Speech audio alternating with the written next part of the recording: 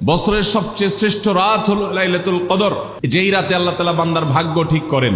এই রাতে যে ভাগ্য আল্লাহ নির্ধারণ করে থাকেন, সেই নির্ধারণটা যেন আমাদের অনুকূলে হয়, সেই নির্ধারণটা যেন আমাদের জন্য কল্যাণকর হয়। আল্লাহ যেন আমাদের ভাগ্যে ভালো কিছু লেখেন, খারাপ কিছু যেন না লেখেন। আল্লাহ যেন তাকদীরে আমাদেরকে ভালো কিছু দেন, মন্দ কিছু থেকে বাঁচিয়ে রাখেন। সেজন্য আমরা সবাই কামনা করি কি করি না? মানুষের ভাগ্য সারা বছরের যেটি লিপিবদ্ধ হওয়ার কথা, সারা বছরের যে বাজেট হওয়ার কথা, সেটা হয়ে থাকে লাইলাতুল কদরে, শবে কদরে। আমাদের ভাগ্য নির্ধারণ হয় কোন রাতে? শবে কদর বলছে এলাকার মানুষ, সারা দেশে মানুষ তো জানে শবে বরাত। আমাদের ভাগ্য নির্ধারণ হয় শবে বরাতে না শবে কদরে? মাশাআল্লাহ, এলাকার মানুষটা সঠিকটা জানেন, বোঝা গেল। সারা দেশের মানুষ তো জানে ভাগ্য নির্ধারণ হয় শবে বরাতে। ভাইরা আমার, কোরআনে হাকিমে সূরা দুখানের 3 এবং 4 নম্বর আয়াত যদি আপনি দেখেন, আল্লাহ রাব্বুল আলামিন ইরশাদ করেছেন, ইন্না আনজালনাহু ফি লাইলাতিন মুবারাকাহ ইন্না কুন্না মুনজিলিন ফিহা ইউফরাকু কুল্লু আমরিন হাকিম। আল্লাহ বলেছেন, আমি নিশ্চয় কোরআনকে নাজিল করেছি, অবতীর্ণ করেছি একটি বরকতময় রাতে। কোন রাতে বরকত নাজিল করেছেন আল্লাহ তাআলা? বরকতময় রাতে কোরআন নাজিল করেছেন আল্লাহ বলেছেন। আর এই বরকতময় রাতটা কোন রাত? যে রাতে কোরআন নাজিল হয়েছিল শবে কদর। কোনো সন্দেহ আছে? কারণ কোরআনের আরেক আয়াত বলছে, ইন্না আনজালনাহু ফি লাইলাতিল কদর, আমি কোরআনকে নাজিল করেছি যে রাতে, সেটা হলো লাইলাতুল কদরে। তাহলে লাইলাতুল কদরে আল্লাহ কোরআন নাজিল করেছেন। আর সূরা দুখানে বলেছেন, আমি একটি বরকতময় রাতে কোরআন নাজিল করেছি। তাহলে এখানে বরকতময় রাত বলতে যে লাইলাতুল কদরকে বোঝানো হয়েছে, সেটা দিনের আলোর মতো পরিষ্কার, ঠিক কিনা বলেন? এরপর আয়াত আল্লাহ বলেছেন, ফিহা ইউফরাকু কুল্লু আমরিন হাকিম, এই বরকতময় রাত যে রাতে কোরআন নাজিল হয়েছে, অর্থাৎ লাইলাতুল কদর, সেই রাতেই সমস্ত গুরুত্বপূর্ণ হিকমাপূর্ণ বিষয়গুলো সব ধার্য হয়ে থাকে, নির্ধারণ হয়ে থাকে। এই আয়াতের আলোকে বোঝা যায় মানুষের ভাগ্য সারা বছরের যেটি লিপিবদ্ধ হওয়ার কথা, সারা বছরের যে বাজেট হওয়ার কথা, সেটা হয়ে থাকে লাইলাতুল কদরে, শবে কদরে। মধ্য শাবানের রাত, এ রাতে আল্লাহ তাআলা মানুষকে সাধারণ ক্ষমা ঘোষণা করেন। যাদের মনে হিংসা নাই, যাদের মনে মানুষের প্রতি বিদ্বেষ শত্রুতা নাই, এবং যারা শিরকে লিপ্ত না, এই মানুষগুলো ছাড়া বাকি মানুষগুলোকে মধ্য শাবানের রাত, যেটাকে আমরা শবে বরাত বলি, হাদিসের ভাষ্য শবে বরাত নয়, হাদিসের ভাষ্য হলো লাইলাতুন নিসফি মিন শাবান, সেই রাতে আল্লাহ রাব্বুল আলামিন বান্দাকে সাধারণ ক্ষমা ঘোষণা করেন। এটা একটা ভিন্ন বিষয়, কিন্তু বছরের সবচেয়ে শ্রেষ্ঠ রাত হলো লাইলাতুল কদর, যেই রাতে আল্লাহ তাআলা বান্দার ভাগ্য ঠিক করেন। এই রাতে যে ভাগ্য আল্লাহ নির্ধারণ করে থাকেন, সেই নির্ধারণটা যেন আমাদের অনুকূলে হয়, সেই নির্ধারণটা যেন আমাদের জন্য কল্যাণকর হয়। আল্লাহ যেন আমাদের ভাগ্যে ভালো কিছু লেখেন, খারাপ কিছু যেন না লেখেন। আল্লাহ যেন তাকদীরে আমাদেরকে ভালো কিছু দেন, মন্দ কিছু থেকে বাঁচিয়ে রাখেন। সেজন্য আমরা সবাই কামনা করি কি করি না? শুধু করি তা না, শবে বরাতে যত মানুষ মসজিদে আসে আমাদের দেশে, সারা বছরের অন্য কোনো রাত, দিন, অন্য কোনো সময় এত মানুষ মসজিদে আসে, কারণ কি? শবে বরাতে মানুষ মসজিদে বেশি আসে কেন? কি কারণে আসে বলেন দেখি? সবচেয়ে বেশি মানুষ মসজিদে আসে কোন দিন? শবে বরাতে। কেন এই দিন বেশি আসে কেন? না একজন করে সিন্নি খাওয়ার জন্য? না, সিন্নি তো অন্য দিনও দেয়। এই রাতে বেশিরভাগ মানুষ মসজিদে যায় বা ইবাদত বন্দেগী করে যার যার মতো করে। বেশিরভাগ মানুষের ধারণা হলো যে এই রাতে ভাগ্য ঠিক হয়। যেহেতু ভাগ্য ঠিক হয়, ভাগ্য নির্ধারণ হয়, সেই জন্য এই রাতে মসজিদে যায়, ভিড় জমায়, যে একটা রাতে ইবাদত বন্দেগী করে যদি ভাগ্যটা নিজের অনুকূলে লিখে নেওয়া যায়, সারা বছরের ভালো কিছু লেখায় নেওয়া যায়, তাহলে তো সারা বছর ভালো থাকা যাবে। এই জন্য ওই একটা রাতে একটু বেশি ইবাদতবন্দি করার চেষ্টা করে, ঠিক না বে ঠিক?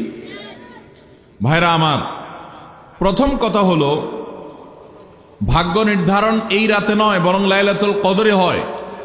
দ্বিতীয় কথা হলো ভাগ্য নির্ধারণের জন্য একটা রাত মসজিদে গিয়ে ইবাদত বন্দেগী করলেই আমার ভাগ্য নির্ধারিত হয়ে যাবে বা ভাগ্য ভালো কিছু লেখা হয়ে যাবে ভাগ্যে, এরকম কোনো কথা কোরআন বা হাদিস থেকে পাওয়া যায়? কোরআন হাদিসে কি পাওয়া যায়? সূরা নাহাল আয়াত নম্বর 97। সূরার নাম সূরা নাহাল, আয়াত নম্বর কত? 97। আল্লাহ রাব্বুল আলামিন ইরশাদ করেছেন, মান আমিলা সালিহাম মিনকুম মান আমিলা সালিহাম মিন যাকারিন আও উনসা ওয়া হুয়া মুমিন। পুরুষ হোক আর নারী হোক, যে কোনো ব্যক্তি যদি ঈমানদার অবস্থায় ভালো কাজ করে, পুরুষ হোক কিংবা মহিলা, যে কেউ যদি ভালো কাজ খুঁটে খুঁটে খুঁটে নেক আমল করে, ভালো ভালো নেক কাজ, কোরআন হাদিসে নির্দেশিত কাজ, আল্লাহ যা করতে বলেছেন, রাসূল সাল্লাল্লাহু আলাইহি ওয়াসাল্লাম যা করতে বলেছেন, যদি সে কাজগুলো করে, এমত অবস্থায় করে যে সে ঈমানদার, অর্থাৎ ঈমান থাকতে হবে, ঈমান আছে এই অবস্থায় যদি নেক আমল করে, তাহলে কি হবে? আল্লাহ বলেছেন, ফালানুহাইয়ান্নাহু হায়াতান তাইয়্যিবাহ, তাহলে সেই পুরুষ সে নারীকে আমি পবিত্র জীবন দান করব। কি জীবন দান করবেন বলছেন আল্লাহ? পবিত্র জীবন দান করবেন। এই পবিত্র জীবনে মানুষ সুখী থাকবে, এই পবিত্র জীবনে মানুষ সমৃদ্ধ থাকবে, এই পবিত্র জীবনে মানুষ ভালো থাকবে, নেক থাকবে। ওয়ালানাজজিয়ান্নাহুম আজরাহুম বিআহসানি মা কানু ইয়ামালুন। এবং এই ঈমানদার নারী পুরুষরা যদি নেক আমল করে, ভালো কাজ করে যদি সব সময়, তাহলে সেক্ষেত্রে আল্লাহ বলেছেন তারা যে ভালো কাজ করেছে ওইটার সবচেয়ে উত্তম বিনিময় আমি তাদেরকে দান করব। তাহলে এই আয়াত থেকে প্রমাণ হয়, যদি কেউ ঈমান আনার পর নেকামল করতে থাকে, নেকামল করতে থাকে, একদিনের নেকামল নয়, এক রাতের নেকামল নয়, সারা বছর জুড়ে সারা জীবন ধরে ভালো কাজ করার চেষ্টা যদি কেউ করে, আল্লাহ তাআলা তাকে পবিত্র জীবন দিবেন, সৌভাগ্যবান মানুষের জীবন দিবেন, সুখী মানুষের জীবন দিবেন। এখান থেকে বোঝা যায় কি ভাগ্য নির্ধারণের জন্য এক রাত আমল করতে হবে নাকি সারা বছর? সূরা আরাফ আয়াত নম্বর 96। সূরা আরাফ আয়াত নম্বর কত? 96। আল্লাহ বলেছেন, ওয়ালাউ আন্না আহলাল কুরা আমানু ওয়াত্তাকাউ, যদি কোন জনপদের লোকেরা ঈমান আনে আর তাকওয়া অবলম্বন করে। তাকওয়া কি? তাকওয়া হলো আল্লাহর ভয়ে সে আল্লাহর নির্দেশগুলো মানে আর হারামগুলো বর্জন করে। এরকম যদি কেউ করে, লাফাতাহনা আলাইহিম বারাকাতিম মিনাস সামাই ওয়াল আরদ, আল্লাহ বলেছেন তাহলে ওই ব্যক্তিকে আসমান এবং জমিন থেকে সমস্ত বরকত সমূহের দুয়ার সবগুলো তার জন্য খুলে দেওয়া হবে। তাহলে বোঝা গেল মানুষের জীবনে বরকত নাজিল হবে, মানুষ সুখে থাকবে, ভালো কিছু তার তাকদিরে লেখা হবে। তখন যখন বান্দা নেক আমল করে, যখন বান্দা গুনাহ থেকে বাঁচে, তাকওয়া অবলম্বন করে, তখন তার ওই এক রাত্রে গিয়ে আলাদা কিছু দোয়া বা বিশেষ পদ্ধতির কোনো জিকির আজকার এটার প্রয়োজন হয় না, বরং সে সারা বছর জুড়ে আল্লাহ তাআলা তার নসিবে ভালো কিছু লেখেন যদি সে বছর জুড়ে সারা জীবন ধরে নেক আমল করে গুনাহ থেকে বাঁচে। ভাইরা আমার, আপনাকে আল্লাহ তাআলা কোন কলকারখানার মালিক বানিয়েছে, কোন মিল ইন্ডাস্ট্রি আছে আপনার। ধরুন আপনার বাসায় দুটা মেশিন আছে, সেলাই মেশিন আছে। আপনার যেই মেশিনটা ভালো, এটা দিয়ে আপনার কাজ হয়, প্রোডাকশন হয়, ওই মেশিনটাকে তেল মোবিল আপনি ঠিক মতো দিবেন কি দিবেন না? যেহেতু ওইটা সার্ভিস দেয় আপনাকে, ওখান থেকে আপনার প্রোডাকশন হয়, ভালো কিছু অর্জিত হয়, সেজন্য আপনি অটোমেটিকলি সেটার জন্য বিদ্যুৎ সাপ্লাই দিবেন, গ্যাস লাগলে গ্যাসের সাপ্লাই যে মেশিনের জন্য দরকার সেটা দিবেন, তেল মোবিল যা যা দেওয়া দরকার সেটা দিবেন, নষ্ট হলে সাথে সাথে ওটা ঠিক করাবেন, যা যা দরকার সব ব্যবস্থা আপনি করবেন। কারণ মেশিনটা আপনার প্রোডাক্টিভ, মেশিনটা আপনার প্রোডাকশন দিচ্ছে, এখান থেকে ভালো কিছু পাওয়া যাচ্ছে, সেজন্য আপনি এটা দিবেন। আরেকটা মেশিন যদি হয় যে মেশিন থেকে আপনার কোনো সার্ভিস আপনি পান না, প্রোডাকশন দেয় না, মেশিনটা নষ্ট হয়ে অকেজো হয়ে পড়ে আছে, তাহলে ওই মেশিনে কি আপনি বিদ্যুৎ সাপ্লাই দিবেন? ওখানে কি আপনি অন্য যা দরকার আছে তেল মোবিল নিয়মিত দেওয়া, এগুলো কি আপনি করবেন? করবেন না। হ্যাঁ, ওইটার জন্য মাসে মাসে কিস্তি যদি দেওয়ার দরকার হয়, আগে থেকে কিনা থাকে, তাহলে আপনি হয়তো কিস্তি পরিশোধ করবেন, অন্য কিছু আগে থেকে করা দরকার আছে সেটা আপনি করবেন। আল্লাহ রাব্বুল আলামিন ঠিক একইভাবে তার যে বান্দারা তার অনুগত থাকে, তাকওয়া অবলম্বন করে, হারাম থেকে বাঁচে, গুনাহ থেকে বাঁচে, ফরজ কাজগুলো করে, আল্লাহ তাআলা তার সেই বান্দাদের জন্য ভালো কিছু তাদের তাকদীরে লিপিবদ্ধ করেন, তাদের জন্য নসিবে ভালো কিছু রাখেন, তাদেরকে সুখের জীবন দান করেন, সৌভাগ্য দান করেন। আল্লাহ তাআলা প্রকৃত প্রশান্তি মনের সেটা দান করেন আল্লাহর ইমানদার এবং নেককার বান্দাদেরকে, আমলে সালেহ কর্মওয়ালা বান্দাদেরকে, মুত্তাকি পরহেজগার বান্দাদেরকে।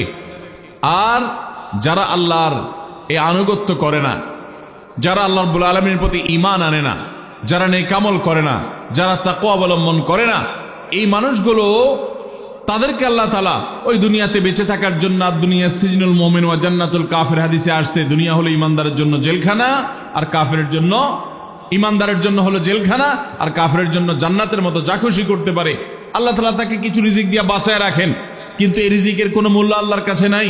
নবী করিম সাল্লাল্লাহু আলাইহি সাল্লাম বলেছেন, যদি দুনিয়া এবং দুনিয়ার মধ্যে যা কিছু আছে এগুলো যদি মাছির ডানার মতো মূল্য রাখতো, তো আল্লাহ তাআলা দুনিয়াতে আল্লাহর প্রতি অবিশ্বাসী কাউকে এক ঢোক পানিও পান করতে দিতেন না। এখান থেকে বোঝা গেল এই দুনিয়ার যত কিছু আমরা ভোগ করি এগুলো আল্লাহ রাব্বুল আলামিনের কাছে এগুলো 2 পয়সার কোনো দাম নাই। বিশেষ করে যারা আখিরাতে বিশ্বাসী না, যারা আল্লাহর প্রতি ঈমান নাই, সে কাফেরদের জন্য এগুলো আল্লাহ তাআলা দিয়ে থাকেন, কারণ এগুলো সামান্য সময়ের ভোগ, অনন্ত অসীমকালের সুখ এবং দুনিয়ার প্রকৃত প্রশান্তি, এটা আল্লাহ শুধু তার ঈমানদার বান্দাদের জন্যই বরাদ্দ করে রেখেছেন। তো এই আয়াত থেকে, হাদিস থেকে বোঝা যায় যে ঈমানদাররা যখন নেক আমল করবে তাদের জন্য আল্লাহ তাআলা নসিবে ভালো কিছু দিবেন, তাদের জন্য আল্লাহ তাআলা তাদের ভাগ্যে ভালো কিছু দিবেন, তাদের ভাগ্য সুপ্রসন্ন হবে। আর যদি কেউ বদামল হয় তাহলে আল্লাহ রাব্বুল আলামিন তার জন্য প্রকৃত প্রশান্তি, আসল সুখের ঠিকানা, সেটা আল্লাহ তাআলা তাদেরকে কখনো দিবেন না। মুহতারাম হাজরিন, অতএব আমরা যদি চাই আমাদের ভাগ্যে ভালো কিছু লেখা হোক, তাহলে প্রথম কাজ করতে হবে, আমাদেরকে নেক আমল করতে হবে। ঈমান আনার পর কি করতে হবে? নেক আমল করতে হবে। আল্লাহ আমাদের সবাইকে সে তৌফিক দান করুন। ঈমান আনার পর ভালো কাজ করতে হবে, নেক আমল করতে হবে। আমরা যদি ঈমান আনার পর নেক আমল করি, ভালো কাজে লিপ্ত হই, তাকওয়া চর্চা করি, তাহলে আল্লাহ রাব্বুল আলামিন আমাদের ভাগ্যে ভালো কিছু রাখবেন। এই ব্যাপারে একজন ঈমানদারের ঈমান মজবুত থাকতে হবে। আরেকটা উপমা নেই আমরা, সামনে বাচ্চারা প্রচুর হইচই করছে, আশেপাশে হইচই করছেন, আপনাদের কোনো ভলান্টিয়ার আছে? এই যে বাচ্চারা, বাবারা তোমরা একটু চুপচাপ থাকবা, হ্যাঁ? আশেপাশে যারা আছেন তাদেরকে একটু থামান, কথা বলা যাচ্ছে না তো, আশেপাশে অনেক আওয়াজ হচ্ছে। জি ভাই, আরেকটা উপমা নেই আমরা। ধরুন একজন জনপ্রতিনিধি, ওনার যারা প্রচার প্রচারণা করে, ওনার পক্ষে যারা মানুষের কাছ থেকে ভোট কালেকশন করে, সংগ্রহ করে, এই জনপ্রতিনিধির কাছে যদি কোনো রিলিফের মাল আসে, সরকারি চাল ডাল ইত্যাদি এসব যদি আসে, তিনি তার এলাকার মানুষদেরকে, ভোটারদেরকে, জনগণ তাদেরকে তিনি, যারা অভাবী, যারা এটার হকদার, তাদেরকে দিবেন, এটা তার দায়িত্ব, কর্তব্য থাকে। যদি তার কোনো আগে থেকে তার দলের কোনো কর্মী থাকে, নির্বাচনের সময় তার অনুগত কোনো মানুষ থাকে যে তার পক্ষে কাজ করছে অনেক বেশি, তো এই লোকটার যদি রিলিফের দরকার হয়, সে কি ওই চেয়ারম্যান সাহেবের কাছে আর জনপ্রতিনিধির কাছে ধর্ণা দিয়ে আলাদা পিছনে আপনার লাইন ধরে ঘুরতে হবে? তার অটোমেটিক তাকে দেয়া হবে, কারণ সে আগে থেকেই তার লোক। অতএব অন্য 10 জন যদি পায়, এই লোক বরং তারও আগে পাবে। ঠিক একইভাবে যে সারা বছর জুড়ে নেক আমল করে, তাকওয়া অবলম্বন করে, গুনাহ থেকে বাঁচে, আল্লাহর আনুগত্য করে, আল্লাহর আদেশ নিষেধগুলো মেনে চলে, 5 ওয়াক্ত নামাজ পড়ে, হালাল হারাম বাজ বিচার করে চলে, আল্লাহর ভয় অন্তরে লালন করে, ওই আল্লাহর বান্দাকে আল্লাহ যখন ভাগ্য লিপিবদ্ধ করবেন, আল্লাহ যখন বাজেট ঘোষণা করবেন, তখন আল্লাহ তাআলা তার সে ঈমানদার, সে মুত্তাকি বান্দার জন্য বাজেট রাখবেন ভালো, এটা তো বলার অপেক্ষা রাখে। অতএব ভাগ্য সুপ্রসন্ন হওয়ার জন্য, ভাগ্যে ভালো কিছু লেখা হওয়ার জন্য এক রাতের ইবাদত নয়, এই সমস্ত আয়াত, হাদিস, উপমা থেকে আমরা বুঝাবার চেষ্টা করছি যে আমাদেরকে করতে হবে সারা বছর জুড়ে ভালো কাজের চর্চা, নেক আমলের চর্চা। তাহলে আমরা নেক আমলের মাধ্যমে আল্লাহ রাব্বুল আলামিনের কাছ থেকে ভালো কিছুর ফয়সালা পাবো ইনশাআল্লাহ। মোহতারাম হাজরিন, আমরা অনেকে দোয়ার জন্য অনেক অস্থির হই, পেরেশান হই যে অমুক হুজুর যেন আমার জন্য একটু দোয়া করে দেন, ইমাম সাহেব আমার জন্য একটু দোয়া করে দেন। বড় কোনো আলেম পাইলে আমরা দোয়ার জন্য অনেক চেষ্টা করি যে ভাই আপনি একটু আমার জন্য দোয়া করে দেন। এটা ভালো, এটা খারাপ কিছু না। আমরা যারা এক রাতে আমল ইবাদত করে আমাদের ভাগ্যের ভালো কিছু লেখানোর জন্য চেষ্টা করি, আমি সেই ভাইদেরকে বলতে চাই, সারা দুনিয়ার সমস্ত ভালো মানুষ, সকল নেক মানুষ, এমনকি মক্কা মদিনার ইমাম সাহেবরা, হারামাইনের ইমাম খতিবগণ, সারা দুনিয়ার সকল আল্লাহওয়ালা নেককার এবং ভালো মানুষ যারা আছেন, আব্দে সালেহ যারা আছেন, আল্লাহর ওলি যারা আছেন, তাদের সবার দোয়া আমরা পাইতে চাই। একটা সহজ উপায় আছে, সেটা কি? এই এতক্ষণ যেটা বললাম, অর্থাৎ আপনি যদি নিজেকে ভালো মানুষ হিসাবে গড়ে তোলার জন্য চেষ্টা করেন, আপনি 5 ওয়াক্ত নামাজ পড়বেন, আল্লাহর হুকুম মতো চলবেন, আপনি হারাম থেকে বাঁচার জন্য সংগ্রাম যুদ্ধ চালাবেন, আপনি হক হালালি চলার চেষ্টা করবেন, আপনি তাকওয়ার উপরে চলার চেষ্টা করবেন। যদি আপনি এটা করেন তাহলে অটোমেটিকলি সারা দুনিয়ার সমস্ত নেককার মানুষদের দোয়া একবার না, বারবার বারবার হাজার হাজার লক্ষ লক্ষ বার আপনি পেতে থাকবেন। কিভাবে? আমরা নামাজের মধ্যে আত্তাহিয়াতু পড়ি কি পড়ি না? এই আত্তাহিয়াতুর মধ্যে একটা কথা আছে, আসসালামু আলাইনা ওয়া আলা ইবাদিল্লাহিস সালিহিন। এর অর্থ কি?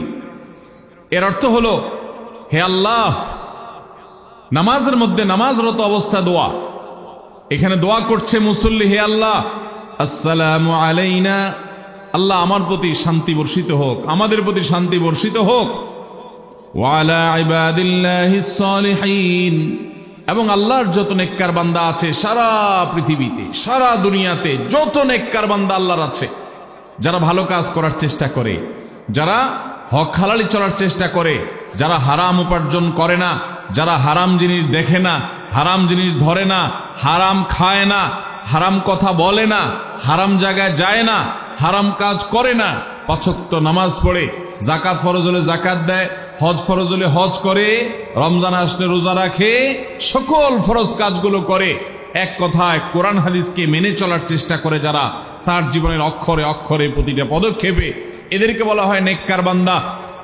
নামাজে আত্তাহিয়াতে প্রত্যেকটা মুসল্লি সারা পৃথিবীর সমস্ত প্রান্ত থেকে আল্লাহর কাছে দোয়া করে, আসসালামু আলাইনা ওয়া আলা ইবাদিল্লাহিস সালিহিন, আল্লাহ আমাদের প্রতি তো শান্তি বর্ষিত করবেনই, সেই সাথে আপনার নেককার বান্দা যারা আছেন, যা সারা দুনিয়াতে, এই সকল নেককার বান্দাদের প্রতি আপনি শান্তি বর্ষিত করেন। এই দোয়া প্রত্যেকটা মানুষ নামাজের মধ্যে করে কি করে না? তাহলে আপনি যদি নিজেকে নেককার বান্দা হিসাবে শামিল করতে পারেন, আপনি যদি নিজেকে আল্লাহর হুকুম এবং আল্লাহর আনুগত্য কর্ণওয়ালা মানুষ হিসাবে গড়ে তুলতে পারেন, তাহলে অটোমেটিকলি আপনি সারা দুনিয়ার সমস্ত নেককার মানুষদের দোয়া পেয়ে যাবেন। আল্লাহ আমাদের সবাইকে সে তৌফিক দান করুন। ভাইরা আমার, নেককারদের জন্য অটোমেটিকলি দোয়া হয়। শুধুমাত্র আল্লাহর নেককার বান্দা মানুষরা না, ফেরেশতারা দোয়া করে। আল্লাহর সকল নেককার মানুষদের দোয়া আমরা অটোমেটিক পাবো। তাহলে আমাদের ভাগ্যে যেন ভালো কিছু লেখা হয়, তার জন্য আমাদের যে আমলটা করতে হবে তা হলো আমলে সালেহ। সারা বছর জুড়ে, সারা জীবন জুড়ে আমাদেরকে খুঁটে খুঁটে খুঁটে কোনটা কোনটা ভালো কাজ সেগুলো করার চেষ্টা করতে হবে, কোনটা কোনটা খারাপ কাজ, গুনাহের কাজ, সেগুলো থেকে বাঁচার চেষ্টা করতে হবে। তাহলে আমাদের ভাগ্যে ভালো কিছু লেখা হবে ইনশাআল্লাহ। তাহলে এইটা একটা আমল পেয়ে গেলাম, যেটার মাধ্যমে আমাদের ভাগ্যে ভালো কিছু লেখা হবে। আমলটা হলো কি? সারা বছর জুড়ে, সারা জীবন জুড়ে আমাদেরকে খুঁটে খুঁটে আল্লাহর হুকুম কোনটা সেটা মানতে হবে, আল্লাহ কোনটা নিষেধ করেছেন সেটা থেকে বেঁচে থাকতে হবে। এই কাজ যদি অব্যাহত রাখি, আমাদের নসিবে ভালো কিছু এমনিই হবে ইনশাআল্লাহ। তাকদীরের অনেকগুলো স্তর আছে, অনেকগুলো মারহালা আছে। একজন ইমানদারের জন্য, তার ইমানের পূর্ণতার জন্য পূর্ব শর্ত হলো ইমানের রোকন সমূহের মধ্যে থেকে অত্যন্ত গুরুত্বপূর্ণ একটা রোকন তাকদীরের প্রতি বিশ্বাস করা। নবী করিম সাল্লাল্লাহু আলাইহি ওয়াসাল্লাম ঈমানের রোকন এবং ঈমানের স্তম্ভগুলোর কথা যখন বলেছেন, সবগুলোকে একসাথে বলে শেষে আলাদা করে আবার বলেছেন ওয়া আন তুমিনা বিল কদরি খাইরিহি ওয়া শাররিহি, অর্থাৎ আল্লাহ, ফেরেশতা, নবী রাসূলগণ, আখিরাত, অন্যান্য বিষয়ের প্রতি ঈমান আনার পাশাপাশি আসমানি কিতাবগুলো সব বিভিন্ন বিষয়ের প্রতি ঈমান আনার পাশাপাশি বিশেষভাবে ঈমান আনতে হবে তাকদীরের প্রতি, অর্থাৎ আমাদের জীবনে যা কিছু হয় কিংবা হবে এই সব কিছু আল্লাহর নির্ধারণ এবং আল্লাহর তাকদীরের আলোকেই হবে। আল্লাহ যদি আগে থেকে নির্ধারণ করেই থাকেন তাহলে আর আমাদের আমল করার দরকার কি? এই বহুল জিজ্ঞাসিত প্রশ্নের সবচেয়ে সরল এবং সঠিক জবাব হলো যে আল্লাহ রাব্বুল আলামিন আমাদেরকে তাকদীরের প্রতি ঈমান আনতে বলেছেন, আর কর্ম সম্পাদন করার ক্ষেত্রে আমাদের সাধ্যের সবটুকুন দিয়ে চেষ্টা করতে বলেছেন। যে আল্লাহ আমাদেরকে তাকদীরের প্রতি বিশ্বাস রাখতে বলেছেন, সে আল্লাহই আমাদেরকে আবার তাকদীরের দিকে তাকিয়ে বসে থাকতে নিষেধ করেছেন। তাকদীর শুধু ঈমান আনার জন্য, অর্থাৎ হবে সেটাই যেটা আল্লাহ তাআলা নির্ধারণ করে রেখেছেন, কিন্তু তাই বলে আমি হাত পা গুটিয়ে বসে থাকবো না, আমি আমার কাজ চেষ্টা অব্যাহত রাখবো। কোন একজন প্রভাবশালী ব্যক্তির কাছে যদি আমরা কোনো কাজ নিয়ে যাই, আমরা জানি তিনি যা ফয়সালা করবেন, সিদ্ধান্ত নেবেন, তিনি যা চাইবেন সেটাই হয়তো হবে। আল্লাহ চাহেন তো, বিষয়টা তার হাতে, অতএব এটা তার ইচ্ছার উপরে নির্ভরশীল। আল্লাহ তাআলা তার হাতে রেখেছেন এটা, কিন্তু তার ইচ্ছার উপর নির্ভরশীল এই কথা মনে করে আমরা কেউ নিজেদের কাজ কাম ফেলে বসে থাকব না, আমরা আমাদের চেষ্টা ঠিকই অব্যাহত রাখব। ঠিক একইভাবে আল্লাহ রাব্বুল আলামিন আমাদের জিন্দেগিতে আমরা কে কত বছর হায়াত পাবো, কে কি রিজিক ভোগ করব না করব, কার সাথে কার বিয়ে শাদী হবে না হবে, এই সব বিষয় আল্লাহ তাআলা ঠিক করে রেখেছেন এবং সেই তাকদীরের আলোকেই সবকিছু হবে। এটাকে আমরা একটা উপমা দিয়ে দৃষ্টান্ত দিয়ে বুঝতে পারি। অনেক সময় অনেক অভিজ্ঞ চিকিৎসক, ডক্টর, তিনি তার রোগীর পুরোপুরি অবস্থা পর্যবেক্ষণ করে লিখে দেন যে এই রোগীর অবস্থা পর্যবেক্ষণ করে পর্যালোচনা করে বোঝা যায় যে এই রোগী তিনি এতদিন হয়তো বাঁচবেন। যদিও মানুষের মৃত্যু কবে হবে সেটা একমাত্র আল্লাহই ভালো জানেন, কিন্তু ডাক্তার অনেক সময় একটা অনুমান করেন। তো এরপরে ডাক্তার অনুমানের উপর নির্ভর করে লোকটা যদি মারা যায়, কেউ কিন্তু এর জন্য ডাক্তারের লিখনকে দোষারোপ করে না, বরং সবাই জানে যে লোকটা মারা যাবে, ডাক্তার আগে থেকে জানতেন, সেই হিসাবে তিনি লিপিবদ্ধ করে রেখেছেন, তার লেখার কারণেই মারা গেছে। ব্যাপারটি সেরকম নয়। তাকদীরকে আমরা কিছুটা এই দৃষ্টান্তের সাথে মিলাতে পারি, পুরোপুরি না হলেও কিছুটা মেলাতে পারি। তারপরেও তাকদীরের এই বিষয়টি পরিপূর্ণভাবে, পূর্ণাঙ্গভাবে সব দিক থেকে আমরা এটাকে আয়ত্ত করে ফেলব শুধু এটি নয়, আল্লাহর অনেক গুরুত্বপূর্ণ আদেশ নিষেধ আছে, অনেক বিষয় আছে যেগুলো আমরা সম্পূর্ণভাবে শতভাগ আয়ত্ত করে ফেলবো, এটা সম্ভব নয়। অতএব আমাদের বুঝে আসুক কিংবা না আসুক, তাকদীরের ভালো এবং মন্দ, অর্থাৎ আমাদের জীবনে কোনো উপকার হলে, কোনো ক্ষতি হলে, কোনো লাভ হলে, কোনো লস হলে, তার সব কিছু আল্লাহর তাকদীরের অনুপাতেই হয়ে থাকে, এর ভিন্ন ব্যতিক্রম কিছু হওয়ার কোনো সুযোগ। এটাই কোরআন এবং সুন্নাহর প্রমাণিত এবং আহলুস সুন্নাহ ওয়াল জামাতের আকীদা এবং বিশ্বাস হিসাবে সুপ্রসিদ্ধ, সুপ্রতিষ্ঠিত, স্বীকৃত এবং বিশুদ্ধ। আল্লাহ তাআলা আমাদের সবাইকে তাকদীরের উপর ঈমান আনার তৌফিক দান করুন। মুহতারাম হাজরিন, আল্লাহ রাব্বুল আলামিন আমাদের জন্য যে তাকদীর প্রতি বছর লিপিবদ্ধ করেন, সেটা কোন রাতে হয়? আমাদের ভাগ্য নির্ধারণ হয় কোন রাতে? শবে কদর বলছে এলাকার মানুষ, সারা দেশে মানুষ তো জানে শবে বরাত। আমাদের ভাগ্য নির্ধারণ হয় শবে বরাতে না শবে কদরে? মাশাআল্লাহ, এলাকার মানুষটা সঠিকটা জানেন, বোঝা গেল। সারা দেশের মানুষ তো জানে ভাগ্য নির্ধারণ হয় শবে বরাতে। ভাইরা আমার, কোরআনে হাকিমে সূরা দুখানের 3 এবং 4 নম্বর আয়াত যদি আপনি দেখেন, আল্লাহ রাব্বুল আলামিন ইরশাদ করেছেন, ইন্না আনজালনাহু ফি লাইলাতিন মুবারাকাহ ইন্না কুন্না মুনজিলিন ফিহা ইউফরাকু কুল্লু আমরিন হাকীম। আল্লাহ বলেছেন, আমি নিশ্চয় কোরআনকে নাজিল করেছি, অবতীর্ণ করেছি একটি বরকতময় রাতে। কোন রাতে বরকত নাজিল করেছেন আল্লাহ তাআলা? বরকতময় রাতে কোরআন নাজিল করেছেন আল্লাহ বলেছেন। আর এই বরকতময় রাতটা কোন রাত যে রাতে কোরআন নাজিল হয়েছিল? শবে কদর। কোন সন্দেহ আছে? কারণ কোরআনের আরেক আয়াত বলছে, ইন্না আনজালনাহু ফি লাইলাতিল কদর, আমি কোরআনকে নাজিল করেছি যে রাতে, সেটা হলো লাইলাতুল কদরে। তাহলে লাইলাতুল কদরে আল্লাহ কোরআন নাজিল করেছেন। আর সূরা দুখানে বলেছেন, আমি একটি বরকতময় রাতে কোরআন নাজিল করেছি। তাহলে এখানে বরকতময় রাত বলতে যে লাইলাতুল কদরকে বোঝানো হয়েছে, সেটা দিনের আলোর মতো পরিষ্কার। ঠিক কিনা বলেন? এরপর আয়াত আল্লাহ বলেছেন, ফিহা ইউফরাকু কুল্লু আমরিন হাকীম, এই বরকতময় রাত যে রাতে কোরআন নাজিল হয়েছে অর্থাৎ লাইলাতুল কদর, সেই রাতেই সমস্ত গুরুত্বপূর্ণ হিকমাপূর্ণ বিষয়গুলো সব ধার্য হয়ে থাকে, নির্ধারণ হয়ে থাকে।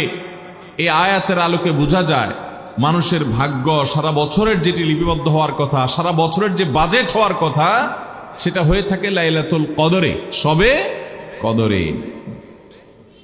মধ্য শাবানের রাত, এ রাতে আল্লাহ তাআলা মানুষকে সাধারণ ক্ষমা ঘোষণা করেন। যাদের মনে হিংসা নাই, যাদের মনে মানুষের প্রতি বিদ্বেষ শত্রুতা নাই, এবং যারা শিরকে লিপ্ত না, এই মানুষগুলো ছাড়া বাকি মানুষগুলোকে মধ্য শাবানের রাত, যেটাকে আমরা শবে বরাত বলি, হাদিসের ভাষ্য শবে বরাত নয়, হাদিসের ভাষ্য হলো লাইলাতুন নিসফি মিন শাবান, সেই রাতে আল্লাহ রাব্বুল আলামিন বান্দাকে সাধারণ ক্ষমা ঘোষণা করেন। এটা একটা ভিন্ন বিষয়, কিন্তু বছরের সবচেয়ে শ্রেষ্ঠ রাত হলো লাইলাতুল কদর, যেই রাতে আল্লাহ তাআলা বান্দার ভাগ্য ঠিক করেন। এই রাতে যে ভাগ্য আল্লাহ নির্ধারণ করে থাকেন, সেই নির্ধারণটা যেন আমাদের অনুকূলে হয়, সেই নির্ধারণটা যেন আমাদের জন্য কল্যাণকর হয়। আল্লাহ যেন আমাদের ভাগ্যে ভালো কিছু লেখেন, খারাপ কিছু যেন না লেখেন। আল্লাহ যেন তাকদীরে আমাদেরকে ভালো কিছু দেন, মন্দ কিছু থেকে বাঁচিয়ে রাখেন। সেজন্য আমরা সবাই কামনা করি কি করি না? শুধু করি তা না, শবে বরাতে যত মানুষ মসজিদে আসে আমাদের দেশে, সারা বছরের অন্য কোন রাত, দিন, অন্য কোন সময় এত মানুষ মসজিদে আসে, কারণ কি? শবে বরাতে মানুষ মসজিদে বেশি আসে কেন? কি কারণে আসে বলেন দেখি? সবচেয়ে বেশি মানুষ মসজিদে আসে কোন দিন? শবে বরাতে। কেন এই দিন বেশি আসে কেন? না একজন করে সিন্নি খাওয়ার জন্য? না, সিন্নি তো অন্য দিনও দেয়। এই রাতে বেশিরভাগ মানুষ মসজিদে যায় বা ইবাদত বন্দেগী করে যার যার মতে করে। বেশিরভাগ মানুষের ধারণা হলো যে এই রাতে ভাগ্য ঠিক হয়। যেহেতু ভাগ্য ঠিক হয়, ভাগ্য নির্ধারণ হয়, সেই জন্য এই রাতে মসজিদে যায়, ভিড় জমায়, যে একটা রাতে ইবাদত বন্দেগী করে যদি ভাগ্যটা নিজের অনুকূলে লিখে নেওয়া যায়, সারা বছরের ভালো কিছু লেখায় নেওয়া যায়, তাহলে তো সারা বছর ভালো থাকা যাবে। এই জন্য ওই একটা রাতে একটু বেশি ইবাদতবন্দি করার চেষ্টা করে। ঠিক না ঠিক? ভাইরা আমার, প্রথম কথা হলো ভাগ্য নির্ধারণ এই রাতে নয়, বরং লাইলাতুল কদরে হয়। দ্বিতীয় কথা হলো ভাগ্য নির্ধারণের জন্য একটা রাত মসজিদে গিয়ে ইবাদত বন্দেগী করলেই আমার ভাগ্য নির্ধারিত হয়ে যাবে বা ভাগ্য ভালো কিছু লেখা হয়ে যাবে ভাগ্যে, এরকম কোন কথা কোরআন বা হাদিস থেকে পাওয়া যায়? কোরআন হাদিসে কি পাওয়া যায়? সূরা নাহাল আয়াত নম্বর 97। সূরার নাম সূরা নাহাল, আয়াত নম্বর কত? 97। আল্লাহ রাব্বুল আলামিন ইরশাদ করেছেন, মান আমিলা সালিহাম মিনকুম মান আমিলা সালিহাম মিন যাকারিন আও উনসা ওয়া হুয়া মুমিন।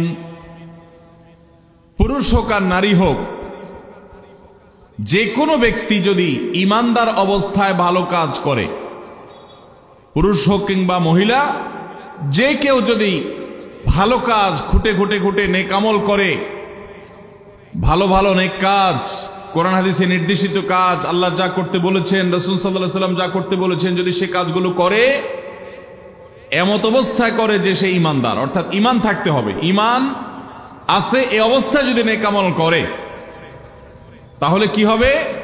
আল্লাহ বলেছেন ফালানুহাইয়ান্নাহু হায়াতান তাইয়্যিবাহ, তাহলে সেই পুরুষ সে নারীকে আমি পবিত্র জীবন দান করব। কি জীবন দান করবেন বলছেন আল্লাহ? পবিত্র জীবন দান করবেন। এই পবিত্র জীবনে মানুষ সুখী থাকবে, এই পবিত্র জীবনে মানুষ সমৃদ্ধ থাকবে, এই পবিত্র জীবনে মানুষ ভালো থাকবে, নেক থাকবে। ওয়ালানাজজিয়ান্নাহুম আজরাহুম বিআহসানি মা কানু ইয়ামালুন, এবং এই ইমানদার নারী পুরুষরা যদি নেক আমল করে, ভালো কাজ করে যদি সব সময়, তাহলে সেক্ষেত্রে আল্লাহ বলেছেন তারা যে ভালো কাজ করেছে ওইটার সবচেয়ে উত্তম বিনিময় আমি তাদেরকে দান করব। তাহলে এই আয়াত থেকে প্রমাণ হয়, যদি কেউ ঈমান আনার পর নেকামল করতে থাকে, নেকামল করতে থাকে, একদিনের নেকামল নয়, এক রাতের নেকামল নয়, সারা বছর জুড়ে সারা জীবন ধরে ভালো কাজ করার চেষ্টা যদি কেউ করে, আল্লাহ তাআলা তাকে পবিত্র জীবন দিবেন, সৌভাগ্যবান মানুষের জীবন দিবেন, সুখী মানুষের জীবন দিবেন। এখান থেকে বোঝা যায় কি ভাগ্য নির্ধারণের জন্য এক রাত আমল করতে হবে নাকি সারা বছর? সূরা আরাফ আয়াত নম্বর 96, সূরা আরাফ আয়াত নম্বর কত? 96। আল্লাহ বলেছেন ওয়ালাউ আন্না আহলাল কুরা আমানু ওয়াত্তাকাউ, যদি কোন জনপদের লোকেরা ঈমান আনে আর তাকওয়া অবলম্বন করে। তাকওয়া কি? তাকওয়া হলো আল্লাহর ভয়ে সে আল্লাহর নির্দেশগুলো মানে আর হারামগুলো বর্জন করে। এরকম যদি কেউ করে, লাফাতাহনা আলাইহিম বারাকাতিম মিনাস সামাই ওয়াল আরদ, আল্লাহ বলেছেন তাহলে ওই ব্যক্তিকে আসমান এবং জমিন থেকে সমস্ত বরকত সমূহের দুয়ার সবগুলো তার জন্য খুলে দেওয়া হবে। তাহলে বোঝা গেল মানুষের জীবনে বরকত নাজিল হবে, মানুষ সুখে থাকবে, ভালো কিছু তার তাকদিরে লেখা হবে। তখন যখন বান্দা নেকামল করে, যখন বান্দা গুনাহ থেকে বাঁচে, তাকওয়া অবলম্বন করে, তখন তার ওই এক রাত্রে গিয়ে আলাদা কিছু দোয়া বা বিশেষ পদ্ধতির কোনো জিকির আজকার এটার প্রয়োজন হয় না, বরং সে সারা বছর জুড়ে আল্লাহ তাআলা তার নসিবে ভালো কিছু লেখেন যদি সে বছর জুড়ে সারা জীবন ধরে নেকামল করে গুনাহ থেকে বাঁচে। ভাইরা আমার, আপনাকে আল্লাহ তাআলা কোন কলকারখানার মালিক বানিয়েছে, কোন মিল ইন্ডাস্ট্রি আছে আপনার। ধরুন আপনার বাসায় দুটা মেশিন আছে, সেলাই মেশিন আছে। আপনার যেই মেশিনটা ভালো, এটা দিয়ে আপনার কাজ হয়, প্রোডাকশন হয়, ওই মেশিনটাকে তেল মোবিল আপনি ঠিক মতো দিবেন কি দিবেন না? যেহেতু ওইটা সার্ভিস দেয় আপনাকে, ওখান থেকে আপনার প্রোডাকশন হয়, ভালো কিছু অর্জিত হয়, সেজন্য আপনি অটোমেটিকলি সেটার জন্য বিদ্যুৎ সাপ্লাই দিবেন, গ্যাস লাগলে গ্যাসের সাপ্লাই যে মেশিনের জন্য দরকার সেটা দিবেন, তেল মোবিল যা যা দেওয়া দরকার সেটা দিবেন, নষ্ট হলে সাথে সাথে ওটা ঠিক করাবেন, যা যা দরকার সব ব্যবস্থা আপনি করবেন। কারণ মেশিনটা আপনার প্রোডাক্টিভ, মেশিনটা আপনার প্রোডাকশন দিচ্ছে, এখান থেকে ভালো কিছু পাওয়া যাচ্ছে, সেজন্য আপনি এটা দিবেন। আরেকটা মেশিন যদি হয় যে মেশিন থেকে আপনার কোনো সার্ভিস আপনি পান না, প্রোডাকশন দেয় না, মেশিনটা নষ্ট হয়ে অকেজো হয়ে পড়ে আছে, তাহলে ওই মেশিনে কি আপনি বিদ্যুৎ সাপ্লাই দিবেন? ওখানে কি আপনি অন্য যা দরকার আছে তেল মোবিল নিয়মিত দেওয়া, এগুলো কি আপনি করবেন? করবেন না। হ্যাঁ, ওইটার জন্য মাসে মাসে কিস্তি যদি দেওয়ার দরকার হয়, আগে থেকে কিনা থাকে, তাহলে আপনার হয়তো কিস্তি পরিশোধ করবেন। অন্য কিছু আগে থেকে করা দরকার আছে সেটা আপনি করবেন। আল্লাহ রাব্বুল আলামিন ঠিক একইভাবে তার যে বান্দারা তার অনুগত থাকে, তাকওয়া অবলম্বন করে, হারাম থেকে বাঁচে, গুনাহ থেকে বাঁচে, ফরজ কাজগুলো করে, আল্লাহ তাআলা তার সেই বান্দাদের জন্য ভালো কিছু তাদের তাকদীরে লিপিবদ্ধ করেন, তাদের জন্য নসিবে ভালো কিছু রাখেন, তাদেরকে সুখের জীবন দান করেন, সৌভাগ্য দান করেন। আল্লাহ তাআলা প্রকৃত প্রশান্তি মনের সেটা দান করেন আল্লাহর ঈমানদার এবং নেককার বান্দাদেরকে, আমলে সালেহ কর্মওয়ালা বান্দাদেরকে, মুত্তাকি পরহেজগার বান্দাদেরকে। আর যারা আল্লাহর এই আনুগত্য করে না, যারা আল্লাহ রাব্বুল আলামিনের প্রতি ঈমান আনে না, যারা নেকামল করে না, যারা তাকওয়া অবলম্বন করে না, এই মানুষগুলো তাদেরকে আল্লাহ তাআলা ওই দুনিয়াতে বেঁচে থাকার জন্য, দুনিয়া সিজনুল মুমিন ওয়া জান্নাতুল কাফির হাদিসে আসছে, দুনিয়া হলো ঈমানদারের জন্য জেলখানা আর কাফিরের জন্য, ঈমানদারের জন্য হলো জেলখানা আর কাফিরের জন্য জান্নাতের মতো যা খুশি করতে পারে। আল্লাহ তাআলা তাকে কিছু রিজিক দিয়ে বাঁচায় রাখেন, কিন্তু এই রিজিকের কোনো মূল্য আল্লাহর কাছে নাই। নবী করিম সাল্লাল্লাহু আলাইহি সাল্লাম বলেছেন, যদি দুনিয়া এবং দুনিয়ার মধ্যে যা কিছু আছে এগুলো যদি মাছির ডানার মতো মূল্য রাখতো, তো আল্লাহ তাআলা দুনিয়াতে আল্লাহর প্রতি অবিশ্বাসী কাউকে এক ঢোক পানিও পান করতে দিতেন না।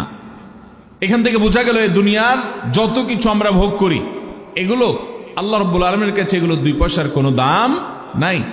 বিশেষ করে যারা আখিরাতে বিশ্বাসী না, যারা আল্লাহর প্রতি ঈমান নাই, সে কাফেরদের জন্য এগুলো আল্লাহ তাআলা দিয়ে থাকেন, কারণ এগুলো সামান্য সময়ের ভোগ, অনন্ত অসীমকালের সুখ এবং দুনিয়ার প্রকৃত প্রশান্তি, এটা আল্লাহ শুধু তার ঈমানদার বান্দাদের জন্যই বরাদ্দ করে রেখেছেন।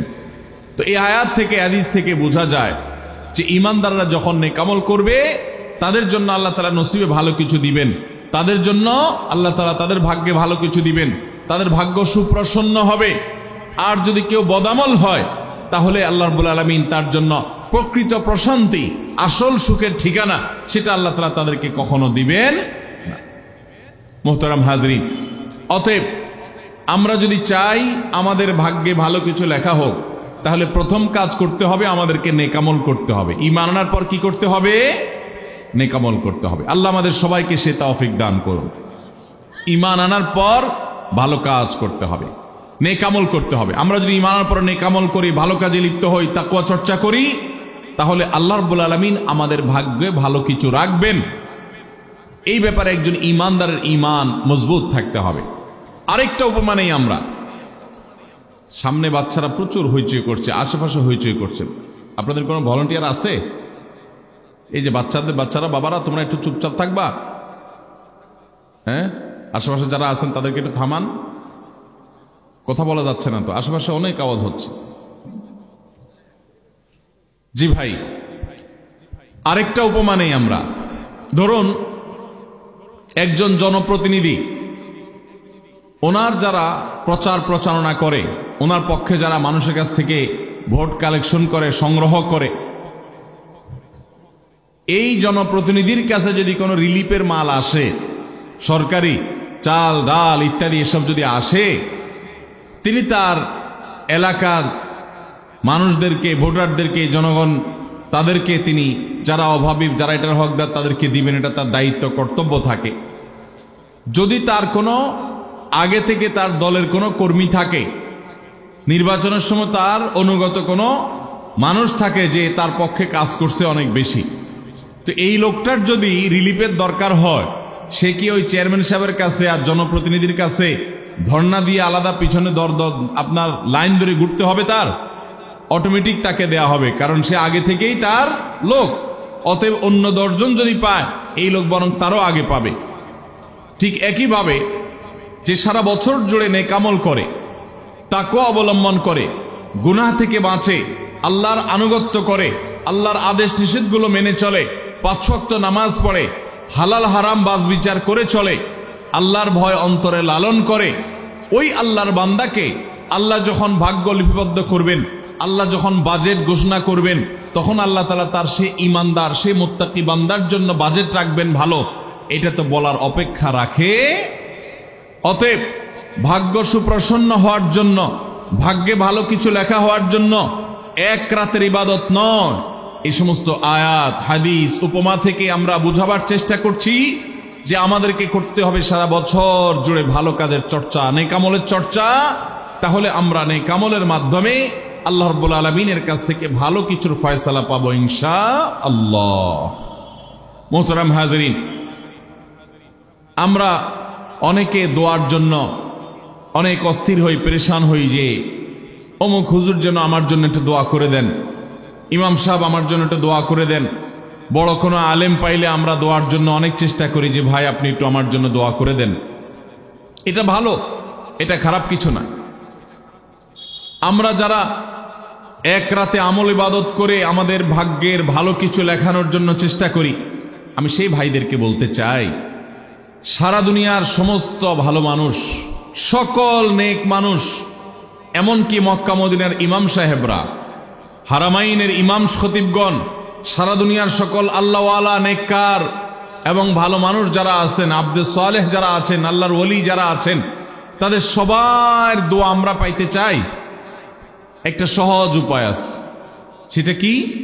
এই এতক্ষণ যেটা বললাম, অর্থাৎ আপনি যদি নিজেকে ভালো মানুষ হিসাবে গড়ে তোলার জন্য চেষ্টা করেন, আপনি 5 ওয়াক্ত নামাজ পড়বেন, আল্লাহর হুকুম মতো চলবেন, আপনি হারাম থেকে বাঁচার জন্য সংগ্রাম যুদ্ধ চালাবেন, আপনি হক হালালি চলার চেষ্টা করবেন, আপনি তাকওয়ার উপরে চলার চেষ্টা করবেন। যদি আপনি এটা করেন তাহলে অটোমেটিকলি সারা দুনিয়ার সমস্ত নেককার মানুষদের দোয়া একবার না বারবার বারবার হাজার হাজার লক্ষ লক্ষ বার আপনি পেতে থাকবেন। কিভাবে? আমরা নামাজের মধ্যে আত্তাহিয়াতু পড়ি কি পড়ি না? এই আত্তাহিয়াতুর মধ্যে একটা কথা আছে, আসসালামু আলাইনা ওয়া আলা ইবাদিল্লাহিস সালিহিন। এর অর্থ কি?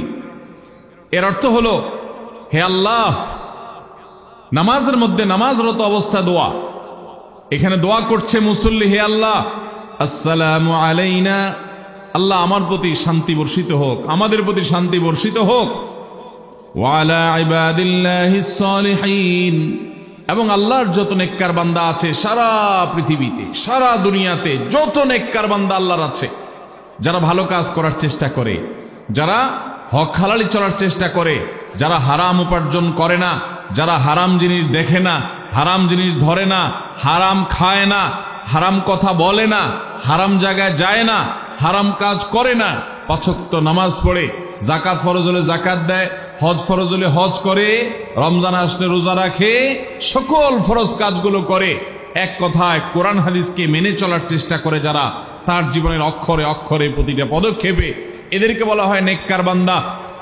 নামাজে আত্তাহিয়াতে প্রত্যেকটা মুসল্লি সারা পৃথিবীর সমস্ত প্রান্ত থেকে আল্লাহর কাছে দোয়া করে, আসসালামু আলাইনা ওয়া আলা ইবাদিল্লাহিস সালিহিন, আল্লাহ আমাদের প্রতি তো শান্তি বর্ষিত করবেনই, সেই সাথে আপনার নেককার বান্দা যারা আছেন, যা সারা দুনিয়াতে, এই সকল নেককার বান্দাদের প্রতি আপনি শান্তি বর্ষিত করেন। এই দোয়া প্রত্যেকটা মানুষ নামাজের মধ্যে করে কি করে না? তাহলে আপনি যদি নিজেকে নেককার বান্দা হিসাবে শামিল করতে পারেন, আপনি যদি নিজেকে আল্লাহর হুকুম এবং আল্লাহর আনুগত্য কর্ণওয়ালা মানুষ হিসাবে গড়ে তুলতে পারেন, তাহলে অটোমেটিকলি আপনি সারা দুনিয়ার সমস্ত নেককার মানুষদের দোয়া পেয়ে যাবেন। আল্লাহ আমাদের সবাইকে সে তৌফিক দান করুন। ভাইরা আমার, নেককারদের জন্য অটোমেটিকলি দোয়া হয়। শুধুমাত্র আল্লাহর নেককার বান্দা মানুষরা না, ফেরেশতারা দোয়া করে। আল্লাহর সকল নেককার মানুষদের দোয়া আমরা অটোমেটিক পাবো। তাহলে আমাদের ভাগ্যে যেন ভালো কিছু লেখা হয়, তার জন্য আমাদের যে আমলটা করতে হবে তা হলো আমলে সালেহ।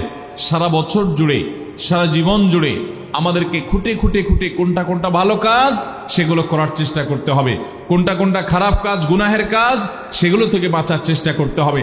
তাহলে আমাদের ভাগ্যে ভালো কিছু লেখা হবে ইনশাআল্লাহ। তাহলে এইটা একটা আমল পেয়ে গেলাম, যেটার মাধ্যমে আমাদের ভাগ্যে ভালো কিছু লেখা হবে। আমলটা হলো কি? সারা বছর জুড়ে, সারা জীবন জুড়ে আমাদেরকে খুঁটে খুঁটে আল্লাহর হুকুম কোনটা সেটা মানতে হবে, আল্লাহ কোনটা নিষেধ করেছেন সেটা থেকে বেঁচে থাকতে হবে। এই কাজ যদি অব্যাহত রাখি, আমাদের নসিবে ভালো কিছু এমনিই হবে ইনশাআল্লাহ। সহিহ বুখারীর একটি হাদিস থেকে আমরা আমাদের নসিবে ভালো কিছু আল্লাহ তাআলা লিপিবদ্ধ করবেন এরকম একটি আমলের কথা আমরা জানি। সকল সাধারণ নেক আমলের মধ্যে সেটা শামিল আছে, এটাকে আলাদা করে নবী সাল্লাল্লাহু আলাইহি ওয়াসাল্লাম বলেছেন। সেটা কি? তিনি বলেছেন, মান সাররাহু আন ইউবসাতা লাহু ফি রিজকিহি আও ইউনসা লাহু ফি আথারিহি ফালইয়াসিল রাহিমাহ। মান সাররাহা লাহু আন ইউবসাতা লাহু ফি রিজকিহি আও ইউনসা লাহু ফি আথারিহি, যে ব্যক্তি চায় তার রিজিককে প্রশস্ত করে দেওয়া হোক, তার রিজিকে বারাকা দেওয়া হোক এবং তার হায়াত বৃদ্ধি করে দেওয়া হোক, এটা যে চায়, ফালইয়াসিল রাহিমা, সে যেন তার রক্ত সম্পর্কীয় আত্মীয়দের সাথে সুসম্পর্ক বজায় রাখে, সে যেন তার রক্ত সম্পর্কীয় আত্মীয়দের সাথে সম্পর্ক সবসময় জুড়ে রাখে, সম্পর্ক যেন ভালো রাখে, তাদের সাথে সম্পর্ক যেন ছিন্ন না করে। তাহলে সেক্ষেত্রে তার হায়াত এবং তার রিজিকের মধ্যে বরকত দেয়া হবে, কল্যাণ দেয়া হবে, লিপিবদ্ধ করা হবে, এই ফয়সালা তার জন্য করা হবে। এই হাদিস থেকে বোঝা যায় যে আমাদের হায়াত, আমাদের রিজিকের মধ্যে বরকত হবে, কল্যাণ হবে, ভাগ্যে নসিবে ভালো কিছু আল্লাহ তাআলা দিবেন। যদি আমরা রক্ত সম্পর্কীয় আত্মীয়দের সাথে সুসম্পর্ক বজায় রাখি। আজকাল আমাদের সমাজে অনেক মানুষ আছেন যে নামাজ রোজা করেন, ওয়াজ মাহফিলে যান, কোরআন তেলাওয়াত করেন, জিকির আজকার তাসবিহ তেলাওয়াত করেন, কিন্তু নিজের রক্ত সম্পর্কে আত্মীয়দের সাথে সম্পর্ক ভালো নাই। আছে না নাই? আপনার আত্মীয় যদি নিজে থেকে সম্পর্ক ছিন্ন করে চলে যায় তাহলে তো আর আপনার দোষ নাই, কিন্তু আপনি নিজে থেকে কখনো আপনার রক্তের যে আত্মীয়, যাদের সাথে রক্তের সম্পর্ক আছে, এরকম কারোর সাথে সম্পর্ক ছিন্ন করতে পারবেন না। এটা হারাম। নবী করিম সাল্লাল্লাহু আলাইহি ওয়াসাল্লাম বলেছেন, মান ওয়াসালাহুল্লাহ ওয়া মান কাতাআহুল্লাহ। যে ব্যক্তি আত্মীয়তার সম্পর্ককে রক্ষা করবে, আল্লাহ তাআলা তাকে রক্ষা করবেন। যে আত্মীয়তার সম্পর্ক ছিন্ন করবে, তাকে ত্যাগ করবে, আল্লাহ তাআলা ওই ব্যক্তিকে ছিন্ন করবেন। এই জন্য আত্মীয়তার সম্পর্ক রক্ষা করা এটা আমাদের ভাগ্য সুপ্রসন্ন হওয়ার অন্যতম মাধ্যম। আত্মীয়তার সম্পর্ক রক্ষা করা বলতে কাদের সাথে সম্পর্ক বজায় রাখতে হবে? যাদের সাথে রক্তের সম্পর্ক আছে আপনার। তারা কারা? আপনার শরীরে আপনার বাবার রক্ত আছে, রক্ত সম্পর্কীয় আত্মীয়। আপনার বাবার সাথে আপনার ব্লাডের কানেকশন আছে, আপনার মায়ের সাথে আপনার ব্লাডের কানেকশন আছে, এবং মায়ের সাথে ব্লাডের কানেকশন থাকার কারণে মায়ের দিককার আত্মীয় আপনার মামা, আপনার খালা, আপনার নানা নানি, তারা হলো আপনার রক্ত সম্পর্কীয় আত্মীয়। ঠিক একইভাবে আপনার বাবার দিককার রক্ত সম্পর্কে আত্মীয় হলেন আপনার দাদা দাদি, আপনার চাচা, আপনার ফুফু, এবং চাচাতো ভাই বোন, ফুফা না ফুফু, যিনি তার রক্ত আপনার বাবার রক্ত এক, সেজন্য তারা রক্তের আত্মীয়। ভাই বোন তো আছেই। এই রক্তের আত্মীয়দের সাথে অনেকে সম্পর্ক বজায় রাখে না, কোনো কারণে সম্পর্ক ছিন্ন করে ফেলে। এটা হারাম। আমরা দুনিয়াতে অনেক বন্ধু বান্ধবের সাথে সম্পর্ক ভালো রাখি, অনেক দোস্তের সাথে সম্পর্ক ভালো রাখি, অথচ আমাদের এই রক্ত সম্পর্কে আত্মীয়গুলোর সাথে সম্পর্ক ভালো রাখা হয় না। মোহতারাম হাজিরিন, আমাদের নসিবে আল্লাহ ভালো কিছু দেখ, আমরা সবাই চাই কি চাই না? তাহলে শবে বরাতে রাতভর আপনি দোয়া জিকির আজকার করলেন, কান্নাকাটি করলেন, আর মিলাদ মাহফিল করলেন, আশা করলেন আপনার ভাগ্যে ভালো কিছু লেখা হবে। আপনার ভাগ্যে ভালো কিছু লেখা হবে না যদি আপনি আপনার রক্ত সম্পর্কে আত্মীয়র সাথে সম্পর্ক ছিন্ন করে বসে থাকেন। কারণ আপনার জীবনে, আপনার রুজিতে, আপনার ইনকামে, উপার্জনে বরকত হওয়ার পূর্ব শর্ত হলো আপনার এই রক্ত সম্পর্কে আত্মীয়গুলোর সাথে, আত্মীয় স্বজনের সাথে সুসম্পর্ক বজায় রাখা। হ্যাঁ, তারা যদি সুসম্পর্ক বজায় রাখতে গেলে আপনার ক্ষতি করে, আপনাকে বিপদে ফেলে, তাহলে আপনি নিজেকে বাঁচাতে পারেন, আত্মরক্ষার জন্য আপনি দূরত্ব বজায় রাখতে পারেন। কিন্তু তাই বলে তাদের সাথে আপনি সম্পর্ক নষ্ট করে থাকবেন, তাদেরকে ভুলে থাকবেন, বা তাদের সাথে সম্পর্ক রাখবেন না, এটা কিন্তু জায়েজ হতে পারে না।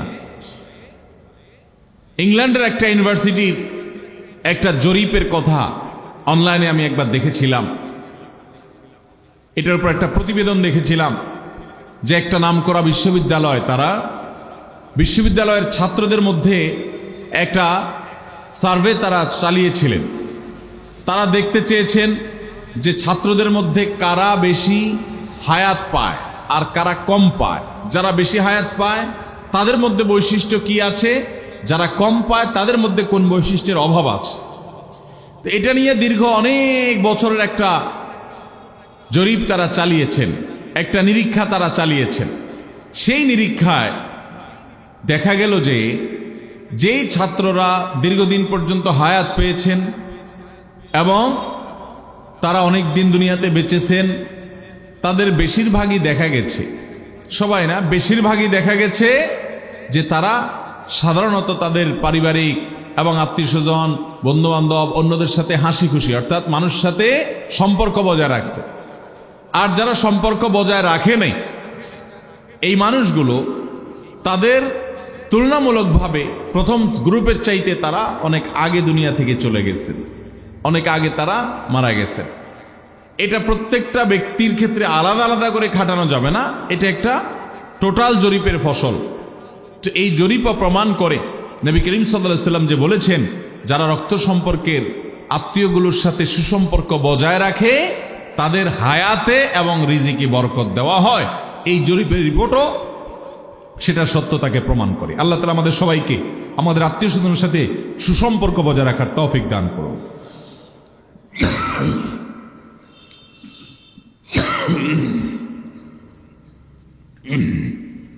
তাহলে আমাদের ভাগ্যে যেন ভালো কিছু লেখা হয়, ভাগ্য যেন সুপ্রসন্ন হয়, সেজন্য আমরা দ্বিতীয় আমলও পেয়ে গেলাম। নাম্বার 3, বান্দার ভাগ্য এবং নসিবে ভালো কিছু যেন হয়। মন্দ কোনো কিছু যদি আল্লাহ না করুন কারণ নসিবে লেখা থাকে, সেটা যেন দূর হয়, সেটা যেন তার ক্ষতি না করে, এবং আল্লাহ রাব্বুল আলামিন যেন সেই ফয়সালা বান্দার উপরে কার্যকর না করেন। সেজন্য তৃতীয় আমল হলো দোয়া। কারণ এই মর্মে মুস্তাদরাকে হাকিমের একটি দোয়া আছে, হাদিস আছে, যে হাদিসে নবী সাল্লাল্লাহু আলাইহি ওয়াসাল্লাম বলেছেন, লা ইয়ারুদ্দু তাকদীর ইল্লা দুআ। তিরমিজিতে একই হাদিস আসছে, ভাষ্য ভিন্ন, লা ইয়ারুদ্দুল কাযা ইল্লা আদ-দুআ।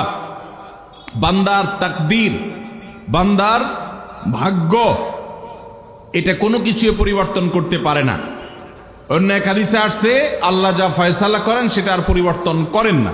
তবে এই হাদিস থেকে একটা এক্সেপশন পাওয়া যায়, সেটা হলো যদি কেউ আল্লাহ তাআলার কাছে কায়মনোবাক্যে দোয়া করতে পারে, দোয়ার হক আদায় করে যদি দোয়া করতে পারে, তাহলে এই দোয়া আল্লাহ রাব্বুল আলামিনের তাকদীরকে পর্যন্ত তার জন্য পরিবর্তন করে দেওয়া হয় দোয়ার মাধ্যমে। আল্লাহ তাআলা আমাদেরকে সবাইকে সেভাবে দোয়া করার তৌফিক দান করুন। আমরা চেষ্টা করব তো ইনশাআল্লাহ। তাহলে তৃতীয় আমল আমরা পেয়ে গেলাম, সেটা হলো দোয়া। আল্লাহ তাআলার কাছে যদি কেউ চোখের পানি ফেলে দোয়া করে, আল্লাহ আপনি আমার নসিবে যদি খারাপ কিছু লেখাও থাকে সেটা থেকে আপনি আমাকে উদ্ধার করেন।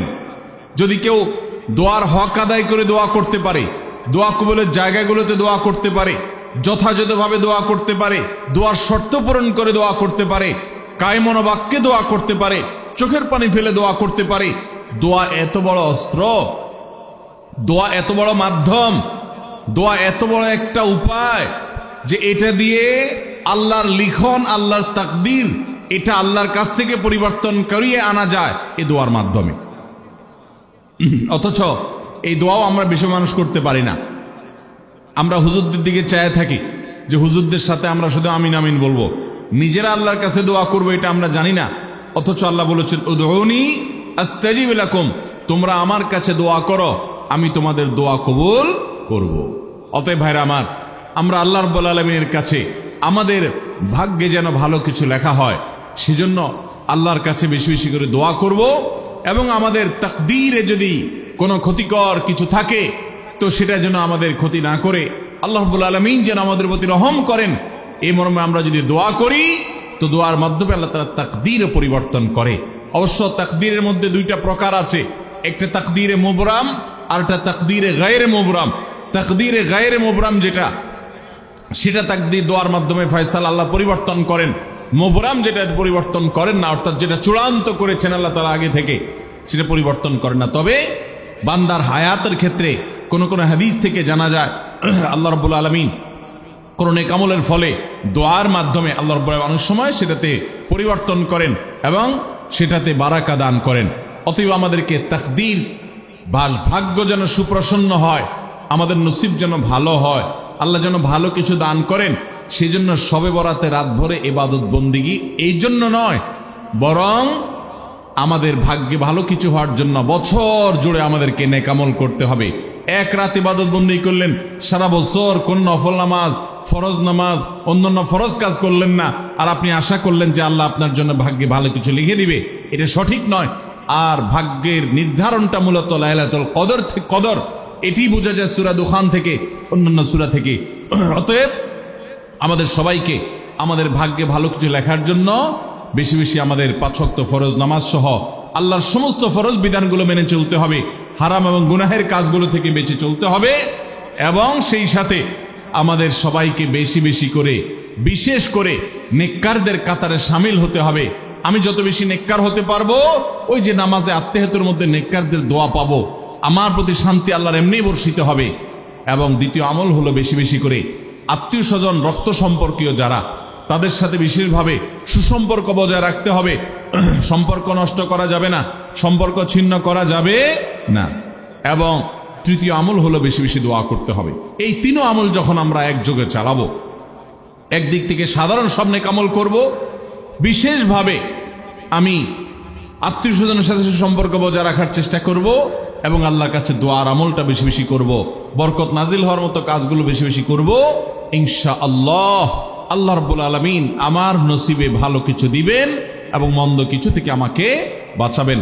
নবী করিম সাল্লাল্লাহু আলাইহি সাল্লাম আল্লাহর কাছে দোয়া শিক্ষা দিয়েছেন, আল্লাহুম্মা ইন্নী আউযু বিকা মিন দারকিল বালা, আল্লাহুম্মা ইন্নী আউযু বিকা মিন সুইল কাযা।